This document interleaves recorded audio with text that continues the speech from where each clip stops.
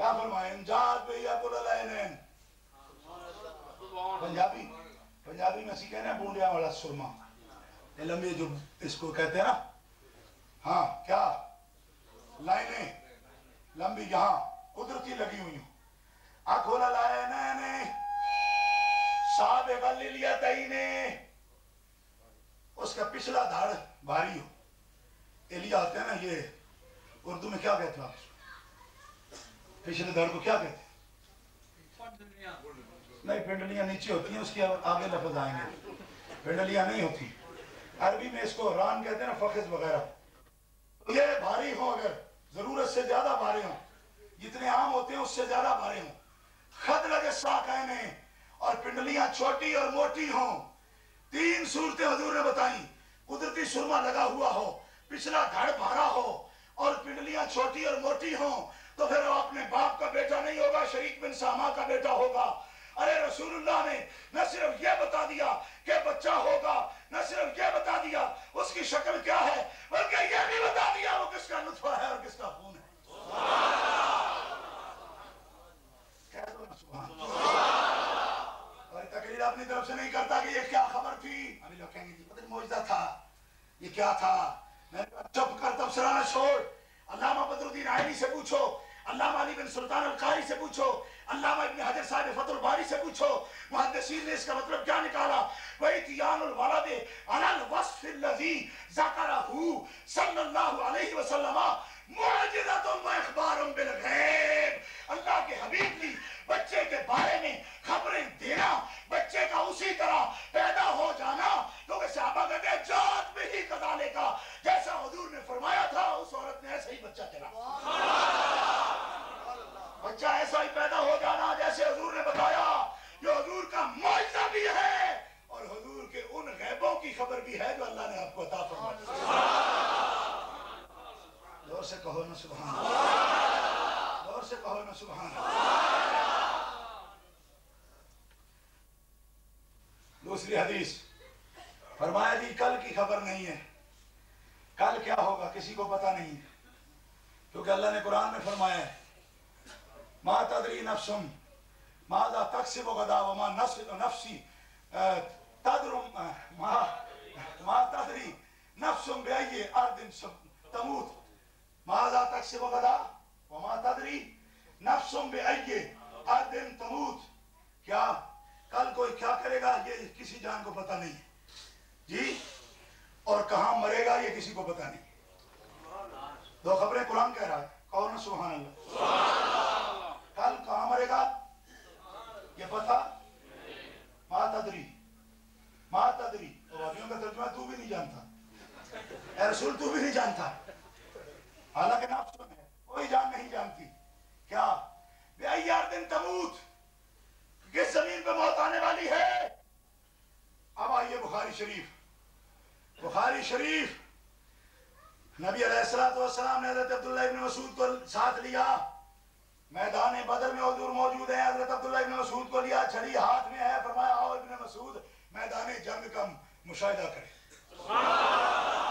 میدان جنگ دیکھ بدر میں کل لڑائی ہوگی یہاں غد صبح ہوگی حدیث ایک ہے مسئلے دو ثابت ہوں گے نبی علیہ السلام تشریف لائے گئے چھڑی ہاتھ میں ہے عبداللہ ابن مسعود ساتھ ہیں فرماتے ہیں نبی علیہ السلام نے میدان بدر میں ایک مقام پہ چھڑی رکھی اور فرمایا ہاذا مصرع فلان ابن مسعود یہ فلاں کافر کے مرنے کی جگہ ہے آہستہ سبحان اللہ کوئی سمجھ نہیں آئی آپ یہ فلاں کافر کے مرنے کی ایک دفعہ عشق والے بولو نا محبت سے یہ فلاں کافر بخاری شریف سے یہ حدیث صحیح نہ پیش کر سکوں جو چور کی سزا میری سزا اور صحیح سن کے آپ سبحان اللہ دور سے نہ کہیں سکا جائے تو آپ کی کیا سزا بخاری شریف اگر کل جنگ بھی نہ ہو تو پھر کیونکہ کل کی تو کسی کو خبر ہی نہیں پہلی بات اسباب ہو سکتے ہیں نا کل کو جنگ نہ بھی ہو کئی دفعہ جنگ ٹال بھی جاتی ہے تو حضور فرماتے کل ہوگی جنگ کل جنگ ہوگی بھی اور دوسرا کوئی نہیں جانتا کہ کون کہاں مرے گا حضور فرماتے ہیں ابو جہل یہاں مرے اتبا یہاں مرے گا، شیبہ یہاں مرے گا. نہیں یہ سبحان اللہ مسئلے کے مطابق نہیں ہے. ہمیں جان نہیں ہے، دور سے کہو سبحان اللہ. رسول اللہ کے شیروں ذرا دور سے کہہ دو نا سبحان اللہ. مسئلے پہ غور تو کرو نا. دنیا بھٹک گئی، بڑے بڑے شیخ القرآن ہیں، سمجھ آتی نہیں اگلی پچھلی بات کی بھی. کوئی نہیں جانتا. میں نے کہا جو نہیں جانتا اس نے چھڑی کیوں رکھ دی؟ جس کے بارے میں چھڑی رکھ رہے ہیں کل کو اگر وہ بھاگ گیا تو پھر کیا بنے گا؟ نہ آیا میدان جنگ میں تو پھر کیا بنے گا؟ ابھی جنگ شروع ہی نہیں ہوئی، ایک دن پہلے ہی فرمایا ابو جہل یہاں مرے گا. اور سنو سنیو، اتبا یہاں گرے گا اور یہاں مرے گا. گرے گا ادھر مرے گا. اور چھوٹا موٹا کوئی آدمی نہیں. آئے عمر ابن خطاب امیر المومنین، مراد رسول، عزت اسلام، شوکت اسلام، فارق حق و باطل.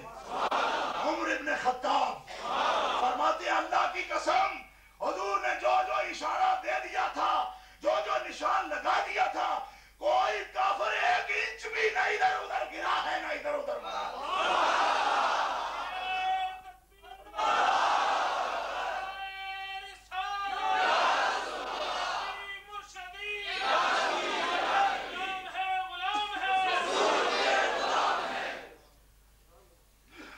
کافر کو نشان لگا اور وہ اس نشان سے جہاں حضور نے فرمایا یہاں مرے گا اس سے دور گرا. اس سے جب دور گرا حضرت علی مرتضیٰ کی تلوار اس کے سینے سے پار نکل گئی تھی. ابن مسعود کہتے ہیں میرا کلیجہ کام گیا کہ یہ اس نشان سے جو حضور نے لگا کے کہا تھا یہاں مرے گا اس سے تو دور گرا ہے اور ابھی اس کی حالت ایسی ہے نہیں کہ وہاں تک پہنچ سکے. تلوار دوسری طرف سے بھی نظر آ رہی ہے، یہ کیسے جائے گا؟ فرماتے ہیں میں نے آدمی نہیں دیکھا، میں نے فرشتہ نہیں دیکھا، لیکن اس کا کپڑا پکڑ کر کسی کو گھسیٹتے دیکھا ہے کہ کوئی ہاتھ نظر نہیں آتا مگر اس طرف سے کپڑا ہے اور کوئی گھسیٹتا جا رہا ہے. امام نووی رحمت اللہ تعالیٰ علیہ نے اس مضمون کو لکھا. نبی علیہ السلام سے ابن مسعود نے پوچھا کہ جب وہ وہاں گر گیا تھا، قریب تھا مر جائے، کون تھا جو گھسیٹ رہا تھا؟ فرمایا میرے رب نے اسرائیل سے کہہ دیا تھا کہ جو میرے رسول نے نشان لگا دیا ہے اس کے ادھر ادھر تو جان نہیں لے سکتا، گھسیٹ کر پہلے نشان پر لا.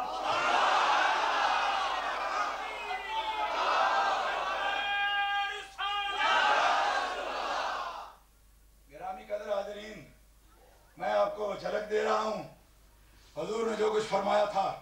جو پوچھنا ہے پوچھ لو. اور پھر کیا فرمایا؟ قیامت تک کے مومنوں کو بھی جانتا ہوں، قیامت تک کے کافروں کو بھی جانتا ہوں. کہو نا سبحان. نبی کریم علیہ السلام نے فرمایا قیامت تک کے مومنوں کو بھی جانتا ہوں اور قیامت تک کے کافروں کو بھی. زور سے کہو قیامت تک کے کافروں کو بھی. دروشی پڑھی.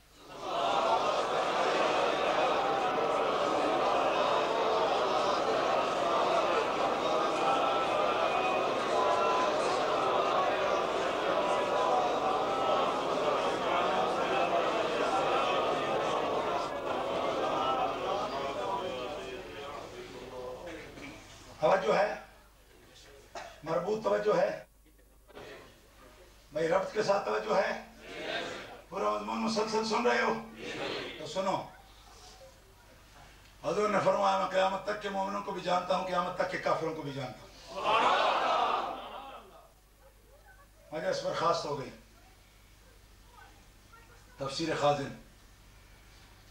مجلس برخاست ہوئی، دروازے کے پاس دو آدمی کھڑے ہو گئے اور کہنے لگے کچھ سنا تم نے؟ اس نے کہا سنا. قیامت تک کے مومنوں کو جانتے ہیں اور ہمیں اپنے ہاتھ سے حصہ دیتے ہیں ہر غزوہ میں بیت المال سے، ہمارا پتہ ہی نہیں. توجہ رہے گی؟ میں بتا رہا ہوں کلمہ پڑھ کے کون کافر ہے. کہا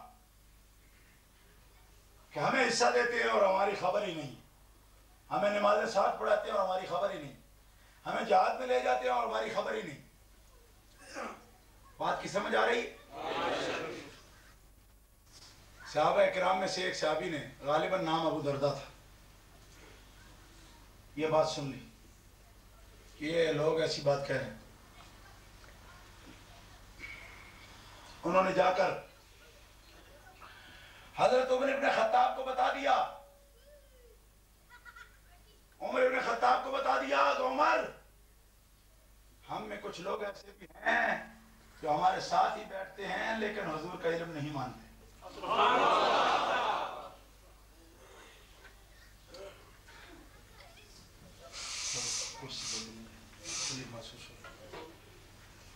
روشی پڑھیں.